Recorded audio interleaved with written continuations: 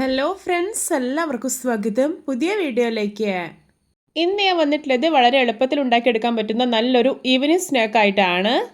പുറമേക്ക് നല്ല ക്രിസ്പിയും ഉള്ളൊക്കെ വളരെ സോഫ്റ്റും ആയിട്ടുള്ള ലെഫ്റ്റ് ഓവർ റൈസ് വടയാണ് കേട്ടോ ഇന്നിവിടെ ഉണ്ടാക്കാൻ പോകുന്നത്. എന്നും പറയുന്ന പോലെ വീഡിയോ കണ്ടിട്ട് ഇഷ്ടപ്പെടുവാണെങ്കിൽ ലൈക്ക് ചെയ്യുക, ഷെയർ ചെയ്യുക, കമൻറ്റ് ചെയ്യുക, ചാനൽ സബ്സ്ക്രൈബ് ചെയ്യാനും മറക്കരുതേ. പിന്നെ ഫേസ്ബുക്കിലൂടെയാണ് വീഡിയോ കാണുന്നതെങ്കിൽ പേജ് ഫോളോ കൂടി ചെയ്യണേ. അപ്പോൾ നമുക്ക് നേരെ വീഡിയോയിലോട്ട് പോവാം. വട ഉണ്ടാക്കാൻ വേണ്ടിയിട്ട് ഞാനിവിടെ ഒരു ഗ്ലാസ് ചോറാണ് എടുത്തിട്ടുള്ളത്. ഇതൊരു മിശ്ര ചെറിയ ജാറിലേക്ക് ഇട്ട് കൊടുക്കാം. ഞാനിവിടെ മഞ്ഞക്കുറുവയുടെ ചോറാണ് എടുത്തിട്ടുള്ളത്. നിങ്ങൾക്ക് ഏതൊരു ചോറ് വേണമെങ്കിലും എടുക്കാവുന്നതാണ്. ഇനി ഇതിലോട്ടൊരു 1 ടീസ്പൂൺ മുളക് പൊടി, 1/4 ടീസ്പൂൺ മഞ്ഞൾപ്പൊടി, ആവശ്യത്തിന് ഉപ്പ് ഇട്ട് കൊടുക്കാം. എന്നിട്ട് കുറച്ച് വെള്ളം ഒഴിച്ചിട്ട് ഇതാ നല്ല സ്മൂത്തായിട്ടൊന്ന് അരച്ചെടുത്തിട്ടുണ്ട്. ഇനി ഇതൊരു ബൗളിലേക്ക് മാറ്റി കൊടുക്കാം. ഒട്ടും തരികളൊന്നും ഉണ്ടാവരുത്. ഇത് അതുപോലെ നല്ല സ്മൂത്തായിട്ട് വേണം അരച്ചെടുക്കാനായിട്ട്. ഇനി ഇതിലോട്ടൊരു 1/4 ഗ്ലാസ് വറുത്ത അരിപ്പൊടി ഇട്ട് കൊടുക്കാം. ഞാനിവിടെ പത്തിരിയും ഇടിയപ്പം ഉണ്ടാക്കാൻ വേണ്ടി എടുക്കുന്ന പൊടിയാണ് എടുത്തിട്ടുള്ളത്. ഇനി ഇതിലോട്ട് അത്യാവശ്യം പുളിയുള്ള 2 ടേബിൾ സ്പൂൺ തൈര് ഒഴിച്ചു കൊടുക്കാം.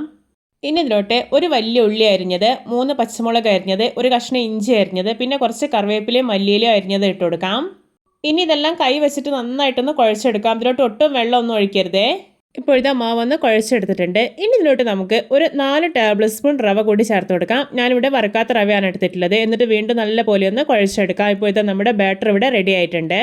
ഈ ഒരു ബാറ്ററിൻ്റെ കൺസിസ്റ്റൻസി എന്ന് പറയുന്നത് ഓവർ ലൂസ് ആകാൻ പാടില്ല, കുറച്ചൊന്ന് ടൈറ്റ് ആയിട്ടിരിക്കണം. ഇനി പെട്ടെന്ന് തന്നെ നമുക്ക് വട ഉണ്ടാക്കിയെടുക്കാം.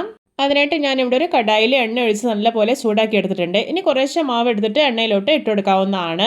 എണ്ണ നന്നായി ചൂടായി കഴിഞ്ഞാൽ പിന്നെ ഒരു മീഡിയം ഫ്ലെയിമിൽ വെക്കണം. എന്നിട്ട് വേണം ഇത് ഫ്രൈ ചെയ്തെടുക്കാനായിട്ട്. അപ്പോഴതിൻ്റെ ഉള്ളൊക്കെ നല്ല പെർഫെക്റ്റായി തന്നെ കുക്കായി കിട്ടുള്ളൂ. ഇപ്പോൾ ഇതിൻ്റെ ഒരു സൈഡെല്ലാം ഒന്ന് മൊരിഞ്ഞ് വരാൻ തുടങ്ങിയിട്ടുണ്ട്. ഇനി ഇതെല്ലാം ഒന്ന് തിരിച്ചിട്ട് കൊടുക്കാം. പെട്ടെന്ന് തന്നെ ഇത് ഫ്രൈ ആയിട്ട് കിട്ടും. ഇപ്പോൾ ഇതാ 2 സൈഡ് നല്ലപോലെ മൊരിഞ്ഞ് നല്ലൊരു ബ്രൗൺ കളറായി വന്നിട്ടുണ്ട്. അപ്പോൾ ഇത് പാകമായിട്ടുണ്ട്. ഇതിനെ എണ്ണയിൽ നിന്ന് കോരി മാറ്റാവുന്നതാണ്. ഇത് നമ്മുടെ രുചികരമായിട്ടുള്ള വെറൈറ്റി ആയിട്ടുള്ള ലെഫ്റ്റ് ഓവർ റൈസ് വട റെഡി. നോക്കി കാണുമ്പോൾ തന്നെ കൊതി വരുന്നില്ലേ? ഇതുപോലെ മറ്റുള്ളതെല്ലാം ഉണ്ടാക്കിയെടുക്കാം. അപ്പോൾ വളരെ കുറഞ്ഞ ഇൻഗ്രീഡിയൻസ് മാത്രം ഉപയോഗിച്ചിട്ട് എത്ര സിമ്പിളായിട്ട് നമ്മൾ ഈ ഒരു വട ഉണ്ടാക്കിയെടുത്തിട്ടില്ല അല്ലേ? ഇത് വൈകുന്നേരത്തൊക്കെ നല്ല ചൂട് ചായക്കൊപ്പം കഴിക്കണം. അടിപൊളി ടേസ്റ്റിയാണ്.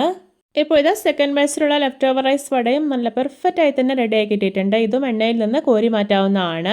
ഒട്ടും എണ്ണയൊന്നും കുടിക്കാത്ത നല്ലൊരു പലഹാരമാണിത്. നിങ്ങൾക്കിത് ധൈര്യമായി തന്നെ ഉണ്ടാക്കി നോക്കാം.